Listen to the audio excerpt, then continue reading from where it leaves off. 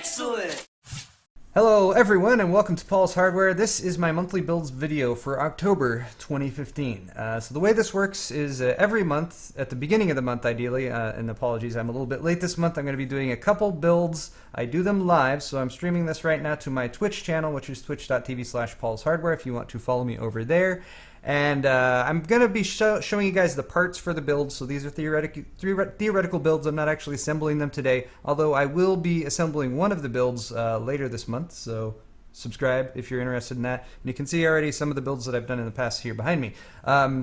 Apart from being on my Twitch channel live, this is also going to go on my YouTube channel, Paul's Hardware, so you can help me out by clicking the like button if you watch this video and like it. Also, links to these builds are down in the description. I use PC Part Picker, and then if you want to help me out further than that, you can always visit my store and pick up merchandise like my shirt here, or mugs or glasses, or that sort of thing.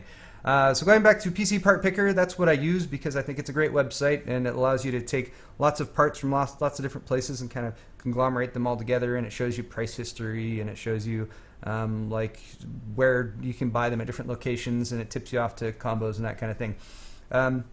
As mentioned, I do sometimes build these systems like the ones behind me, and I will be building the one that's based on this motherboard that's right here next to me.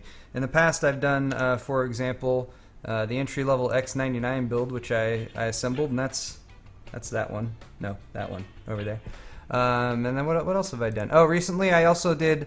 I tried. This was an experimental thing, but my $2,000 Skylake gaming PC build that I actually did live. So it's a 2-hour video, and again that was kind of experimental. So thanks to all the folks who have actually watched that one. I was surprised as many people did. Who did? But anyway, all right. So let's get right into it. Oh wait, no, let's not get right into it because I'm forgetting some very important things.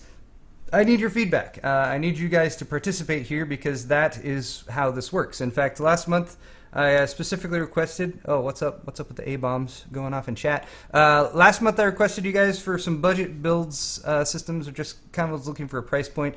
$700 gaming system was the #1 request, and I also did a $1,000 video editing system for this time around because those were the top 2 on there. And then I'm also going to be asking for you guys' feedback for this coming month, which is coming sooner rather than later. So for November, what kind of builds do you want to see? And I just have a few random suggestions I put up there. We'll have an email system for mom and pop for $300, an entry-level Skylake build. I did the entry-level Haswell E build, or X99 build, and that was interesting. I kind of want to do the same thing for Skylake. How cheap can you get a Skylake build system, or a Skylake built system for? Also, a VR ready build could be interesting, or a $1,200 bang for the buck system. Anyway, give me your feedback. Vote on those. Links are in the description if you're watching this on YouTube to those voting things. All right. First build here is actually a very specific build. One, it is of course the $700 gaming system that you guys requested, but 2, it's also a build that I'm going to be building for my brother-in-law Jason. So he actually started off with a few parts that he already had. Well, one part in particular. So here is kind of the system that I put together for him. This link isn't in the description, but you can see most of the parts that I have here, and then also his case that he already has on hand, which is a Roswell Legacy U2-B. And that's this one right here, and it's not available anymore. Roswell has discontinued this case. This is also the windowed side panel version, although I will be working with the non-windowed side panel version. So I already started out with the case that he had, and I kind of based on that had to choose the rest of the parts from the system. Now, since you guys at home can't necessarily go out and buy that case, I've replaced it for the actual build. This is the actual October build $700 gaming system. And you can see all the parts right there. An i5-6400, so this is a Skylake system. The Gigabyte H170N Wi-Fi motherboard, G.Skill Ripjaws 5 Series 8GB memory kit, a Crucial BX100 250GB SSD, GeForce GTX 950 OC edition video card from Gigabyte, Roswell Neutron Mini ITX, which was the replacement case that I got, and then the EVGA Supernova GS 550 watt power supply. And let's just kind of run down each of these parts, and I'll kind of tell you guys why I chose them and kind of my thought process behind them. Because I think that's one of the important things about doing these every month, is not just to tell you guys, here's a build, put it together, but to kind of introduce you to my thought process and kind of the way I go about choosing parts, because I think that the process of picking is important. And if you don't necessarily want to build this system or these systems, then you can use the thought process to choose out your own parts. Anyway, so this is the Roswell Neutron Mini Tower, and I picked this one because it's cheap. $40 right now. Originally it was $90. It's mini ITX. It's a little bit, I think it might be actually a little bit larger than the Legacy U2-B, but it's got like some red LED fans in there. It's got a little side window. And it's $40. I actually think this might be going end of life from Rosewell, which is why it's on like a kind of a blowout special right now. So bear that in mind. I don't know how long this will be available, but $40 for a mini ITX system, painted black interior, all that good stuff. I think you'll be happy with it. Let's move on to the base of the system now. When my brother-in-law told me he wanted to build a new system, oh wait, no, I'm skipping things in my notes. If you want a different case than that one I just showed you, if you want something else besides the Rosewell Neutron, the other ones I was looking at with the Corsair 250T, the Cooler Master Elite 130, although that's a smaller little shoebox one, which would still work, but I wanted something a little bit spicier. Lian Li also has a PC-Q01B, which is another possibility. Doesn't have quite the same finish inside. Anyway, there's just some other options that are available for you guys. All right, so I wanted to do a Skylake system, and the nice thing about Skylake is it's the newest platform from Intel. Gives you access to the newer technology, has like more bandwidth for your storage and PCI Express, and it's also got like USB 3.0, broader USB 3.0 support, and then some more native support for stuff like your U.2 connectivity, depending on the motherboard you get, of course. You're not going to get all that stuff, but the i5-6400 is about $185-ish, 180, I don't know, it depends where you get it. Most of these say they're on special right now, but I can't feel like they'd be able to sell this chip for much more. Also consider an i5-6500, which is going to cost you about $20 to $30 more, but that one does have a higher boost clock speed. This one, right out of the box, gets you, what does it give you? Wait, I have notes. 2.7 gigahertz is the base frequency, 3.3 gigahertz is the turbo. You're not going to be able to overclock this, but that's okay. It's quad core. That's one of the big reasons I went for it. Full quad core, and that's definitely important if you're going to be doing some of the newer games that are out there. All right, moving along from that, we have the motherboard, of course. That's a Gigabyte H170N. I have it right here. We talked about this a little bit on our live show. I really like the feature set of this motherboard. From the I/O options that you have on the back, which there are a ton of, Jason's going to be using the integrated GPU right out of the gate, so it's nice to have the full feature set there. You also get stuff like USB Type-C connector. I believe it has USB 3.1, if I'm not mistaken. Wait, does it? Does it? Even if it's 3.0, that's still okay. It's USB 3.0, but it does have the does have the Type-C connector, so that's pretty nice. The other cool thing about it that you can't see in the pictures here, if you're looking at this on Newegg, is that it's actually also got an M.2 on the back of it, right there. And I like having that M.2 support. This is an M.2 PCI Express connected slot as well, so you can do PCIe. You can also run a SATA M.2 on there, and I believe it's M.2 2260 length and 2280 that's supported. So I really like that feature set. I like the look of this little board too. So if you're building in that windowed case, I think everything will match pretty nice for you. All right, moving right along, we got a G.Skill Ripjaws 5 series kits.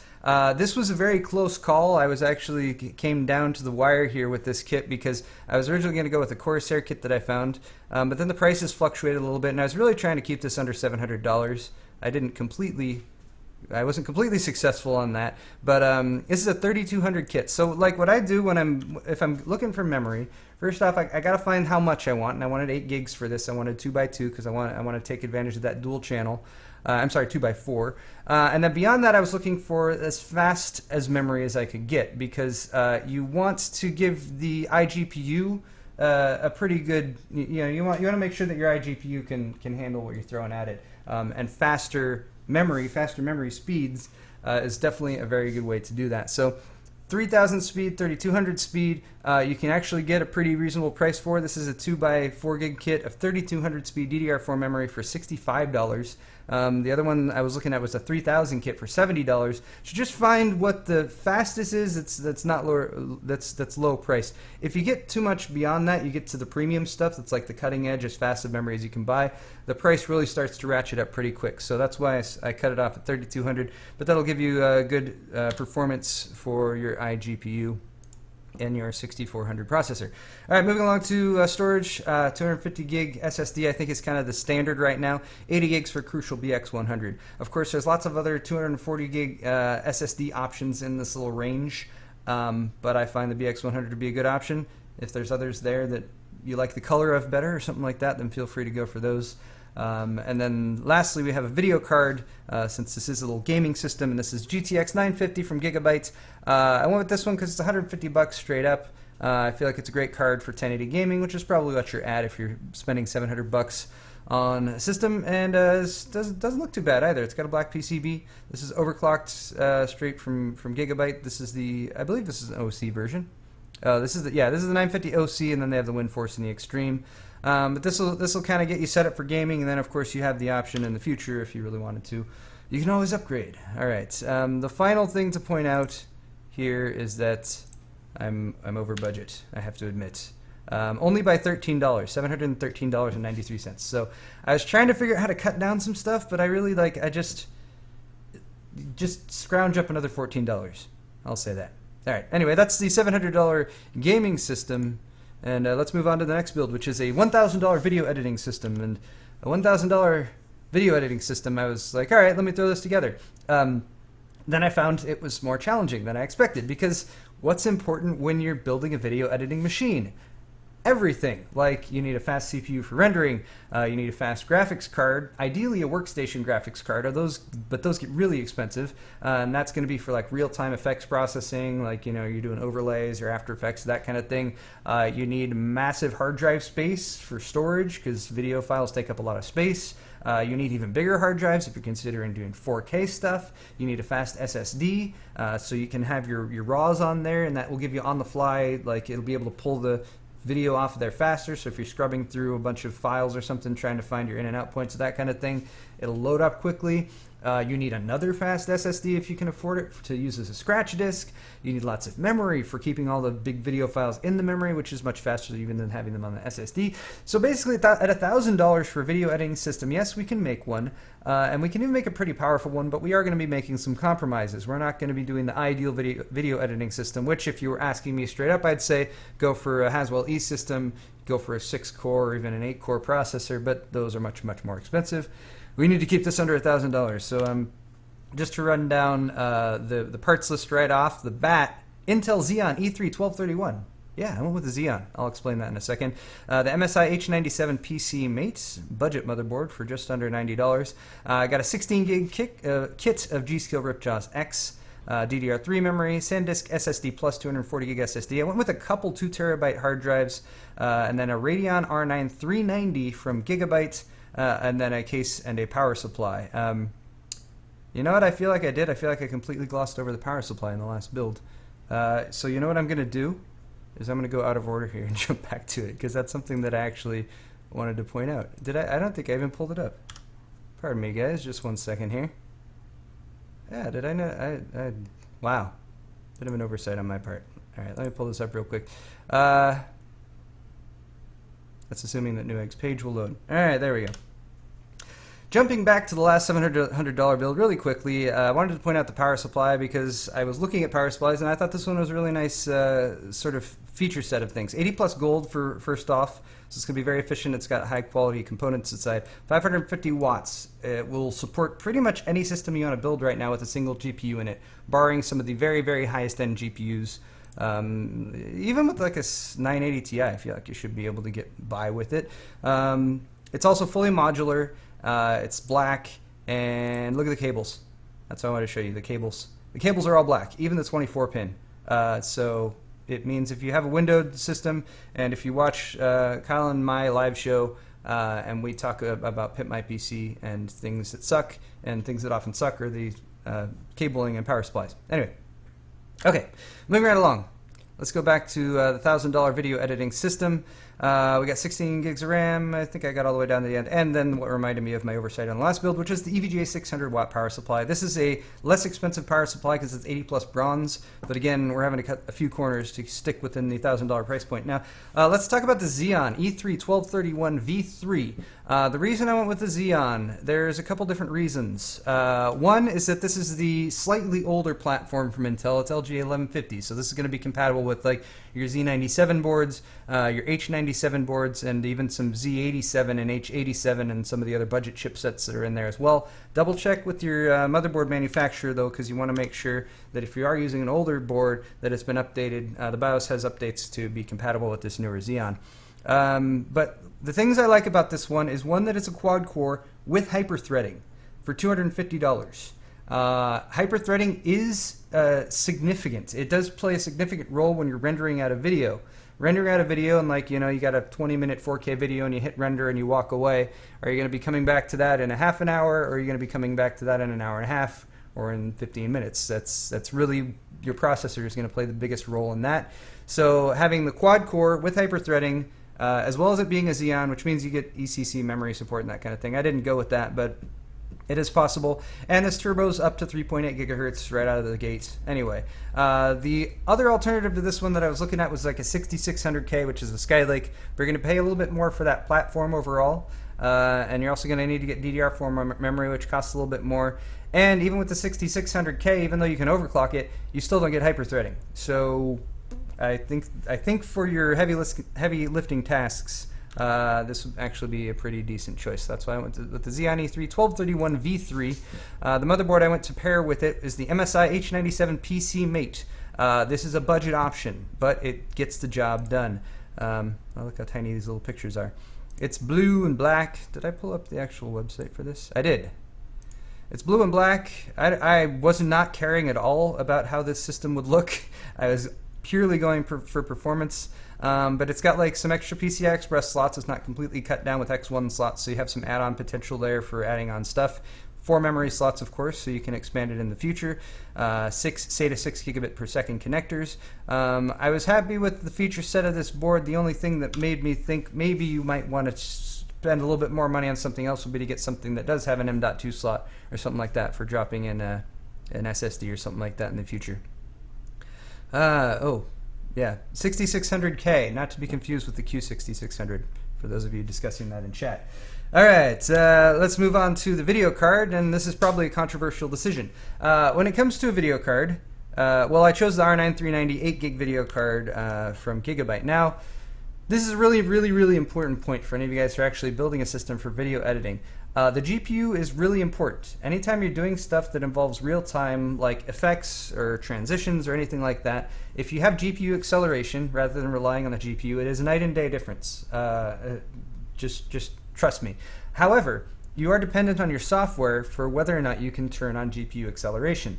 I think a lot of you guys, if you're editing on a Windows-based system, are probably going to be using Adobe Premiere. If you're using Adobe Premiere and you have 6.0 or Creative Cloud or newer, then you can do GPU acceleration using NVIDIA gaming GPUs or AMD gaming GPUs. AMD uses OpenCL, NVIDIA ones use CUDA.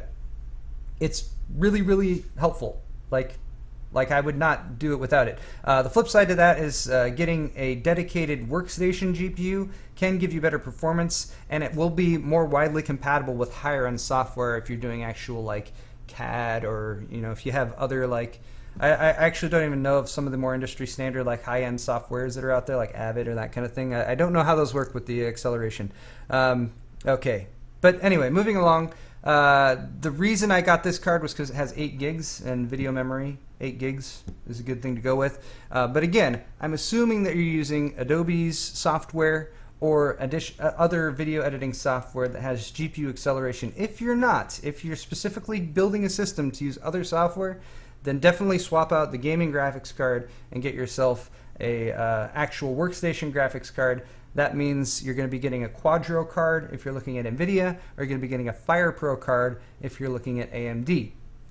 The other nice thing about getting a gaming card, though, for video editing workstation is because you can game with it, too, whereas the Quadro and FirePro cards are a lot more finicky about that kind of thing. Anyway, all right, so where am I at? This is the Gigabyte Radeon R9 390 8GB video card, and this was $300, and I found out immediately afterwards that it was like sold out. So that's definitely a problem, but you should be able to find a 390 for about $300. You might have to look around for a little bit of time. Some of these are really overpriced on some of the other locations that you can get them for, But look for a 390 with 8 gigs. If you can't find that for $300, then look for a 290 or a 290X with 8 gigs, and those should honestly work just about the same, maybe a little bit slower, but those are your options. Okay, I feel like I'm moving through this. What's next? Memory. All right, so for video editing, you need lots of memory. 16 gigs was about all I could get by with, given the budget constraints. This is a 2x8 gig kit, though. It actually also happens to be blue. I went for the cheapest 2x8 gig kit that I could find that was from a reputable memory manufacturer. There was also a reasonable speed. Honestly, 1600 would be fine, but the pricing on this it's the same for 1866 kit. And it also happens to be blue, and it'll match with that motherboard, even though I don't care. All right, moving along to storage. One thing that I find to be extremely important when you're doing video editing or you're doing video capture is making sure that that raw footage, which is worth so much money, is saved in a safe location. For that reason, I have not one, but 2 hard drives. These are Hitachi 2 terabyte hard drives. These are fairly well known to be good performing drives, long lasting drives. They're $65, $66 each, and I got 2 of them because you can put them in RAID 1, and then when you copy to that, you got the data on 2 drives, and I think that's important. Okay, apart from the hard drives, you of course want an SSD. I don't build systems these days without an SSD in them, so this will be for your operating system, and probably also as a scratch disk, since you're only going to get 1 in here. This is a SanDisk 240 gig SSD Plus. You can get this for $71.24. Again, a budget option. That BX100 that I showed you in the first build would also be a great choice. There's lots of inexpensive 240 gig SSDs, but this was one that I've used before, and it does a good job. Let's get down to the dregs here. When I was running out of money and I just needed to find stuff that worked, we have a DIY PC FM18-BK black case. This case is probably pretty god-awful, but it's about $30, and again, gets the job done. So it's black. It doesn't have any fancy like gaming features like LEDs or lights on the side or a window, which is unnecessary. No painted interior, but hey, it's $35. Probably not much in the way of cable management either. This is going to get the job done. You're going to have and you also have lots of drive support there at the top and that kind of thing. I did want one feature from this case, which was USB 3.0. I wanted that on the front panel because it's useful for transferring video files and stuff like that. So yeah, $27.99 with $7 shipping. That's pretty inexpensive. Granted, there's lots better cases you can get by spending $15, $20, or $30 more, but yeah, staying within budget. Finally, power supply, EVGA 600B 80 plus bronze certified 600 watt power supply. Originally had a 500 watt power supply for this build. I upped it to the 600 watts. Mainly because of the graphics card choice. I was getting pretty close to hitting 500 watts of actual usage on PC Part Picker, so I upped it to a 600 watt unit, and there's 80 plus bronze, it's EVGAs. The cabling on these looks pretty bad, but again, who cares? I don't care about the cabling. I just care that it works because it's a video editing system. And I was showing you guys the cabling, but I wasn't actually showing you guys the cabling. Here's the cabling. Ta-da! Yeah, it's pretty bad. Anyway, so there is my $1,000 video editing PC. I think this will do a really good job editing for anyone who needs an editing system, and you can even game on it a bit.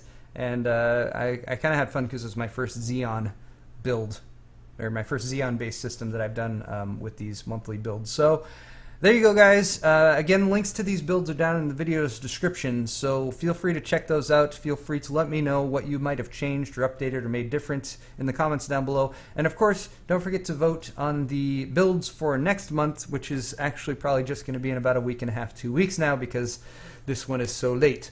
Also, don't forget you can get shirts, mugs, glasses at my store. That's store.paulshardware.net. Like the video, subscribe to my channel if you're interested in more just like it. Thank you so much for watching, and a big shout out to all you guys who have joined in and said hello live, because you're great people, and I really appreciate you. Because you're great people, and I really appreciate. I'm having difficulty talking here at the end of the video. You're all great people, is the point I'm trying to get across. Thanks for watching this video, guys. We'll see you next time.